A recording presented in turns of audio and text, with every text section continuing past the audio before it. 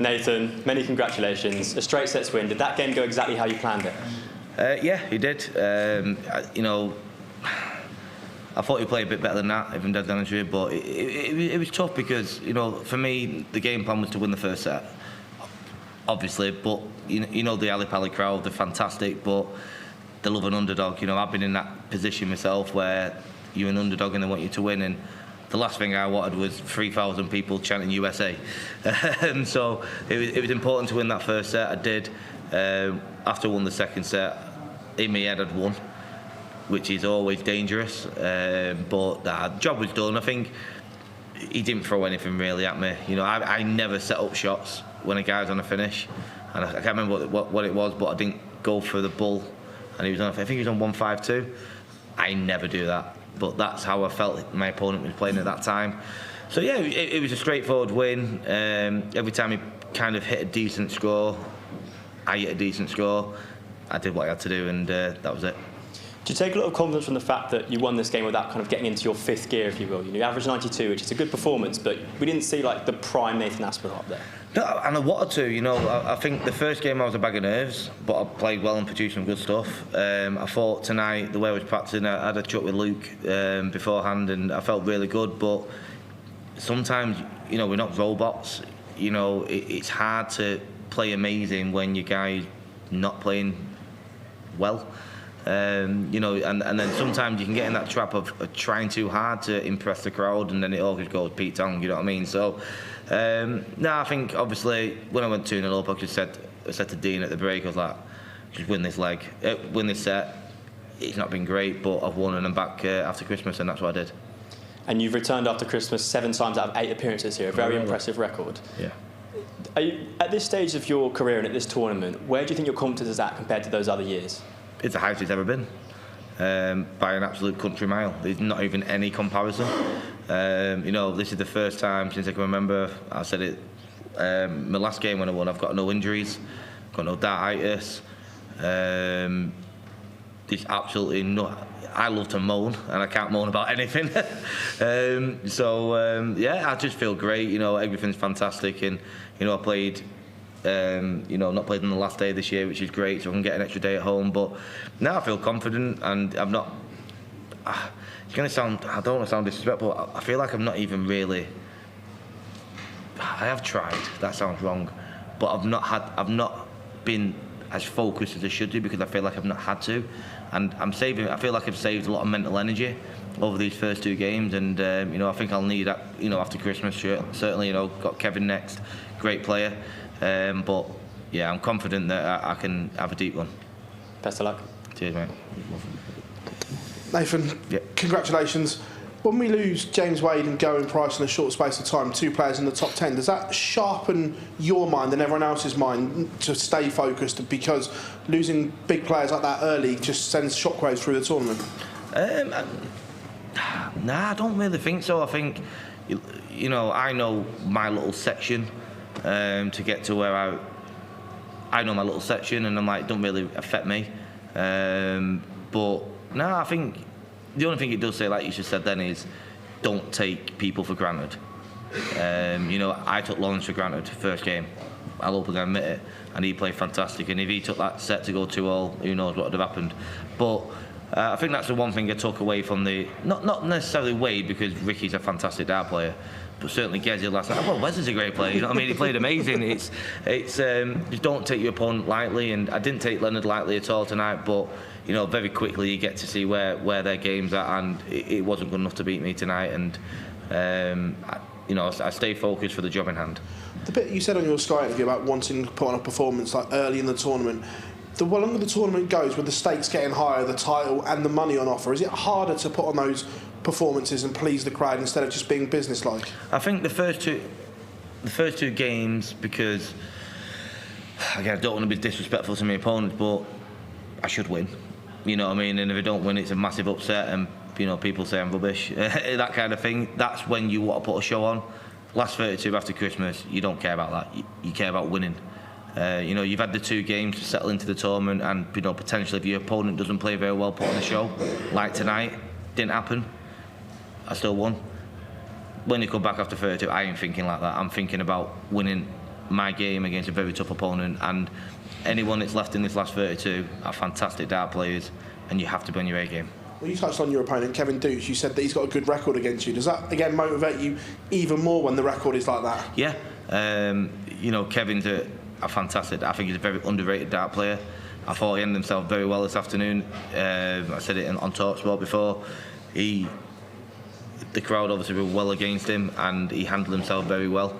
Got an absolute pants record against Kevin. I think he's only beaten once. I don't know 100%, but I think it's only once. But it's a World Championship stage. You know, I've got a lot more stage experience than him.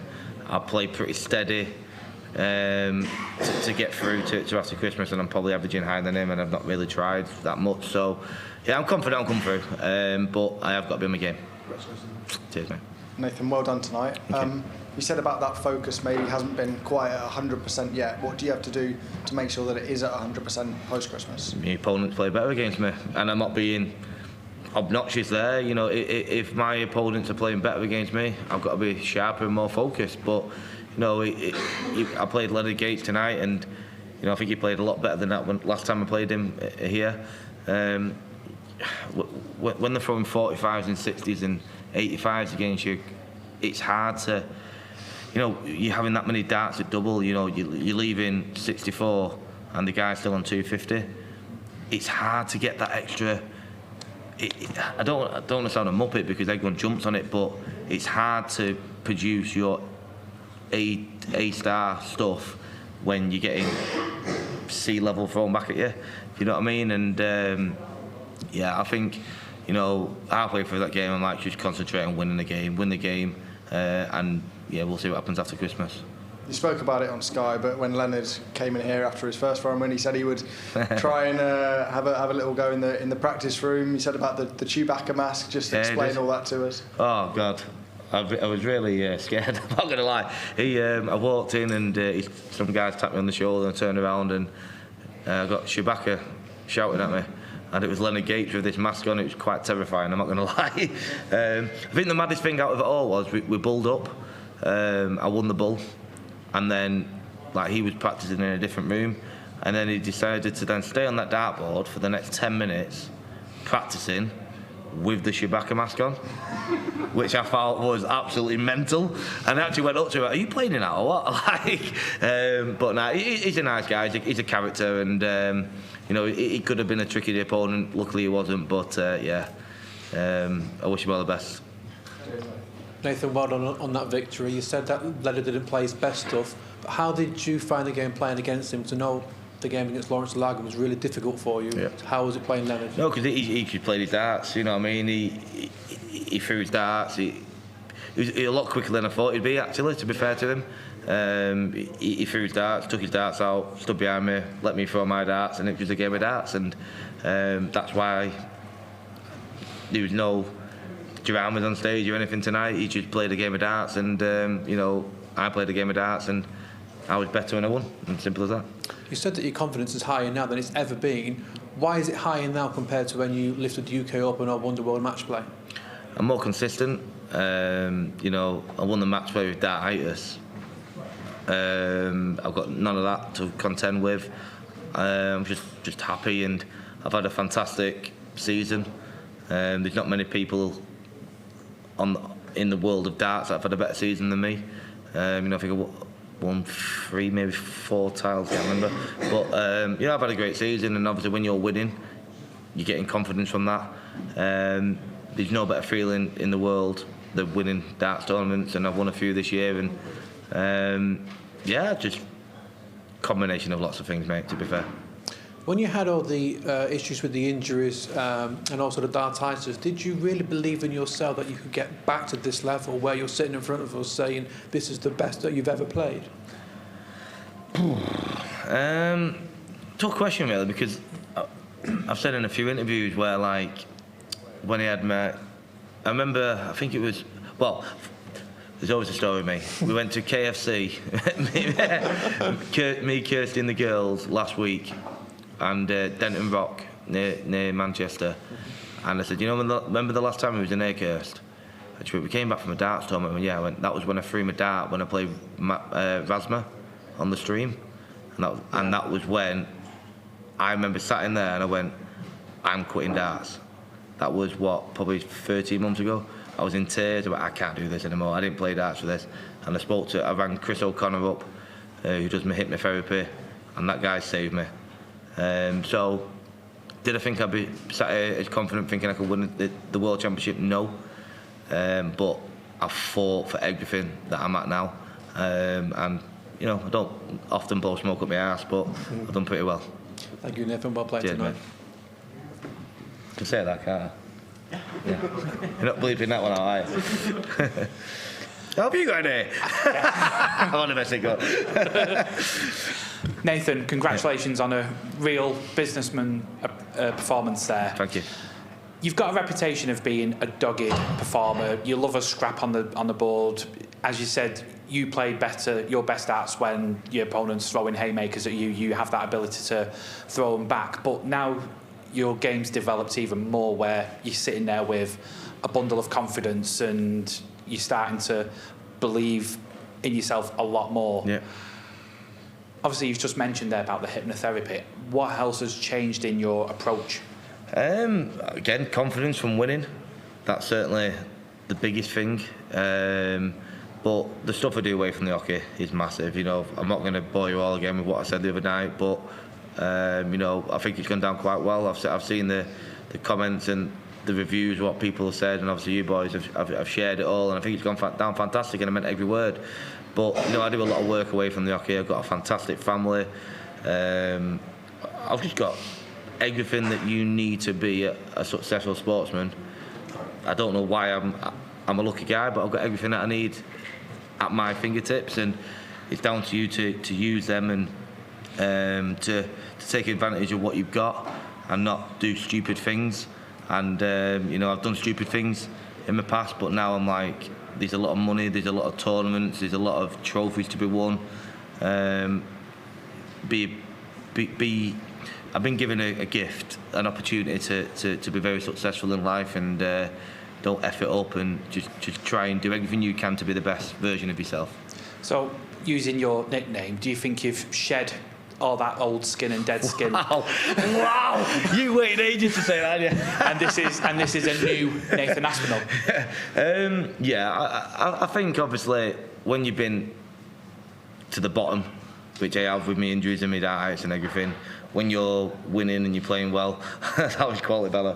But I think you should take every opportunity that is given to you, and you know, I enjoy it. I say it all the time. I try and help people out that are in bad situations.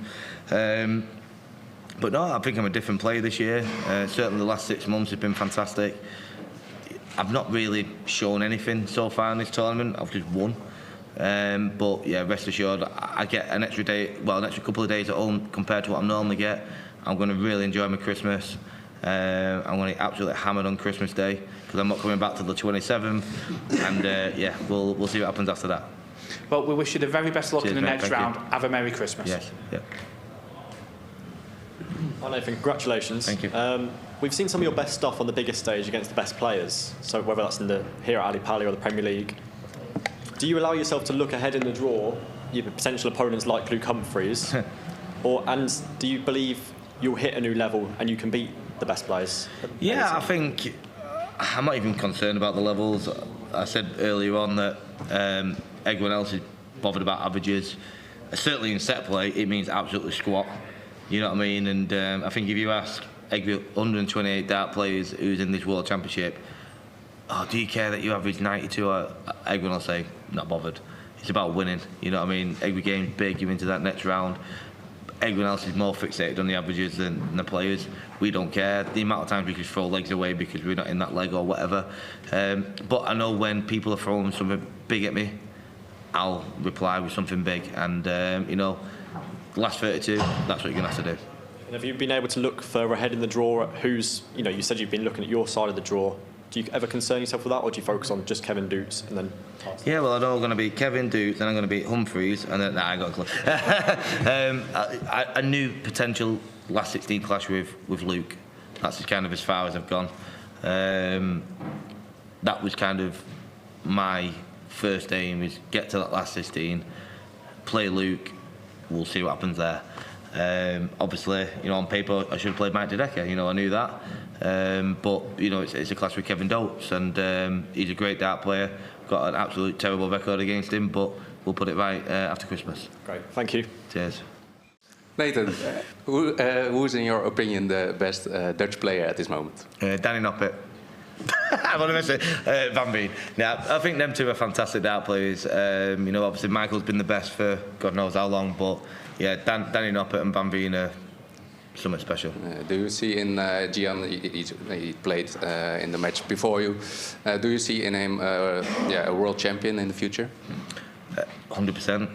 Yeah, he is. You know what? He's such a nice lad as well. He's got his head screwed on. He's had his issues, similar to me. He's got everything that it takes to be a world champion. You know, he looks after himself. He's a nice guy. He talks to the press well. He's mega at darts. So yeah, you know, I hope he has a very successful career. He's a very good player. Thanks. Good luck against it. And Merry Christmas to you all.